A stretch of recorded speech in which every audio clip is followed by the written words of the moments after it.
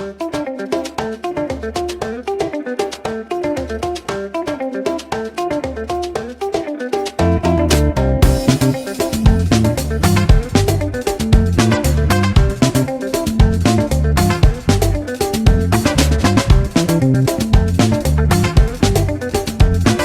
Friends, welcome to SPR wheels travel channel. மீண்டும் ஒரு வீடியோவுடன் உங்களை சந்திக்கிறேன். மிகவும் மகிழ்ச்சி. சேனலுக்கு சப்ஸ்கிரைப் செய்த அனைவருக்கும் நன்றி. இன்றைய இலக்கு கோல்டன் கேட் பிரிட்ஜ் ஆகும். கோல்டன் கேட் பிரிட்ஜ் அமெரிக்காவில், குறிப்பாக கலிபோர்னியாவின் சான் பிரான்சிஸ்கோவில் அமைந்துள்ளது. கால்டன் கேட் பிரிட்ஜ் என்பது அமெரிக்காவின் கலிபோர்னியாவில் உள்ள சான் பிரான்சிஸ்கோ விரிகுடாவையும் பசிபிக் பெருங்கடலையும் இணைக்கும் ஒரு மைல் அகலமுள்ள 1.5 கிலோமீட்டர் நீரிணையான கோல்டன் கேட் உள்ளடக்கிய ஒரு தொங்கு பாலமாகும். இந்த அமைப்பு சான் பிரான்சிஸ்கோ தீபகற்பத்தின் வடக்கு முனையான மரீன் கவுண்டியை இணைக்கிறது. இது அமெரிக்க பாதை 11 மற்றும் கலிபோர்னியா மாநில பாதை 12ஐயும் ஜலசந்தியின் குறுக்கே கொண்டு செல்கிறது. இது பாதசாரிகள் மற்றும் மிதிவண்டி போக்குவரத்தையும் கொண்டுள்ளது. மேலும் இது அமெரிக்க சைக்கிள் பாதை 95இன் ஒரு பகுதியாக நியமிக்கப்பட்டுள்ளது. அமெரிக்க சிவில் பொறியாளர்கள் சங்கத்தால் நவீன உலகின் அதிசயங்களில் ஒன்றாக அங்கீகரிக்கப்பட்ட இந்த பிரிட்ஜ் சான் பிரான்சிஸ்கோ மற்றும் கலிபோர்னியாவின் மிகவும் சர்வதேச அளவில் அங்கீகரிக்கப்பட்ட சின்னங்களில் ஒன்றாகும்.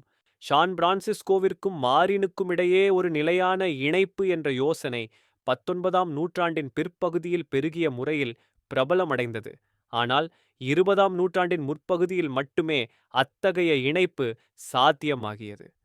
ஜோசப் ஸ்ட்ராஸ் இந்த திட்டத்திற்கு தலைமை பொறியாளராக பணியாற்றினார். லியோன் மொய்சிஃப், இர்விங் மோரோ மற்றும் சார்லஸ் எல்லிஸ் ஆகியோர் அதன் வடிவமைப்பில் குறிப்பிடத்தக்க பங்களிப்பை செய்தனர். இந்த பாலம் மே 27, 1937 அன்று பொதுமக்களுக்கு திறக்கப்பட்டது. மேலும் பல தசாப்தங்களாக பல்வேறு மறுசீரமைப்புகள் மற்றும் பிற மேம்பாட்டு திட்டங்களுக்கு உட்பட்டுள்ளது. கோல்டன் கேட் பாலம் ஃப்ரோமரின் பயண வழிகாட்டியில் உலகின் மிக அழகான, நிச்சயமாக மிகவும் புகைப்படம் எடுக்கப்பட்ட பாலமாக விவரிக்கப்பட்டுள்ளது. 1937இல் திறக்கப்பட்ட நேரத்தில் இது உலகின் மிக நீளமான மற்றும் உயரமான தொங்கு பாலமாகும். இது முறையே 1644 மற்றும் 1998 வரை தலைப்புகளை கொண்டிருந்தது. இதன் முக்கிய நீளம் 4200 அடி 1280 மீட்டர் மற்றும் அதன் மொத்த உயரம் 746 அடி 227 மீட்டர்.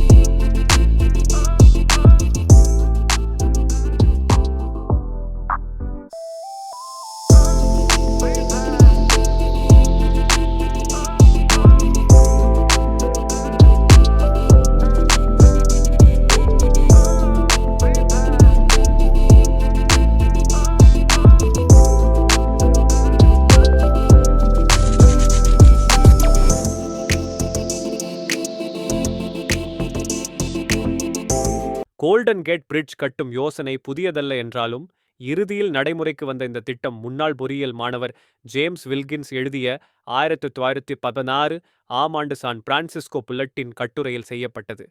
சான் பிரான்சிஸ்கோ நகர பொறியாளர் 2024 ஆம் ஆண்டில் $2.9 பில்லியன் சமமான $100 மில்லியன் செலவை மதிப்பிட்டார். மேலும் அந்த நேரத்தில் நடைமுறைக்கு சாத்தியமற்றது. பிரிட்ஜ் பொறியாளர்களிடம் இதை குறைவாக கட்ட முடியுமா என்று கேட்டார். பதிலளித்தவர்களில் ஒருவரான ஜோசப் ஸ்ட்ராஸ் ஒரு லட்சிய பொறியாளர் மற்றும் கவிஞர் ஆவார். அவர் தனது பட்டப்படிப்பு ஆய்வறிக்கைக்காக பெரிங் ஜலசந்தியின் குறுக்கே 55 மைல் நீளமும் 89 கிலோமீட்டர் நீளமும் கொண்ட ஒரு இரயில் பாதை பாலத்தை வடிவமைத்தார். அந்த நேரத்தில் ஸ்ட்ராஸ் சுமார் 400 டிராப்ரிட்ஜுகளை முடித்திருந்தார். அவற்றில் பெரும்பாலானவை உள்நாட்டில் இருந்தன. புதிய திட்டத்தின் அளவில் எதுவும் இல்லை. ஸ்ட்ராஸின் ஆரம்ப வரைபடங்கள் ஜலசந்தியின் ஒவ்வொரு பக்கத்திலும் ஒரு பெரிய காண்டிலீவருக்கானவை. இது ஒரு மைய தொங்கு பிரிவால் இணைக்கப்பட்டுள்ளது. இது $17 மில்லியன் கட்டப்படலாம். இது 2024இல் $191 மில்லியன் சமம்.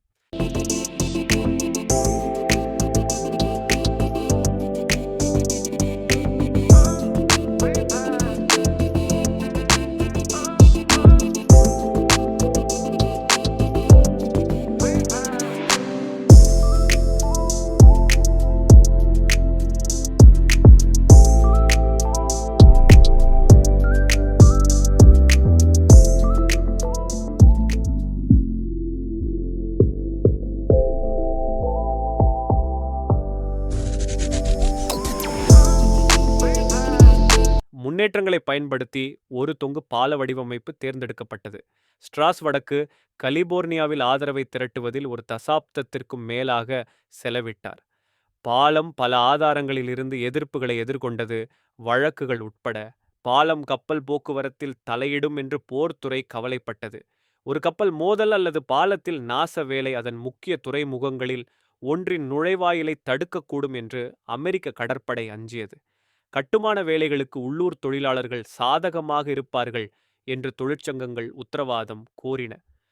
கலிபோர்னியாவின் மிகவும் சக்தி வாய்ந்த வணிக நலன்களில் ஒன்றான தெற்கு பசிபிக் ரயில் பாதை பாலத்தை அதன் படகு கடற்படைக்கு போட்டியாக எதிர்த்தது மற்றும் திட்டத்திற்கு எதிராக வழக்கு தொடர்ந்தது.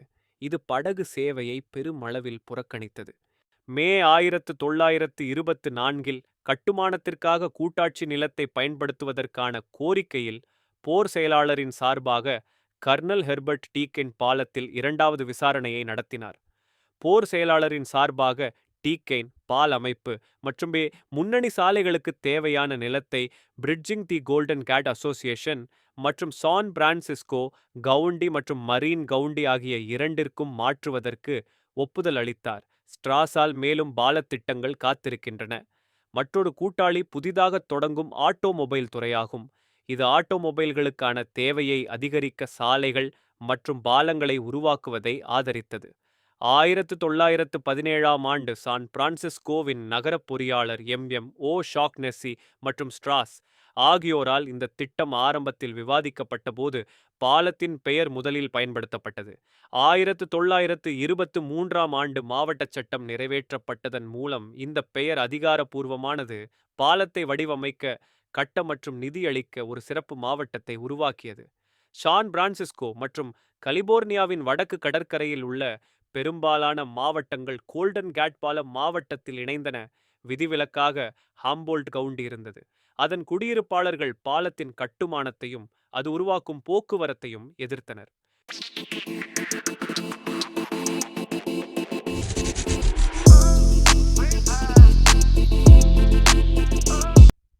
இந்த வீடியோவை பார்த்ததற்கு நன்றி.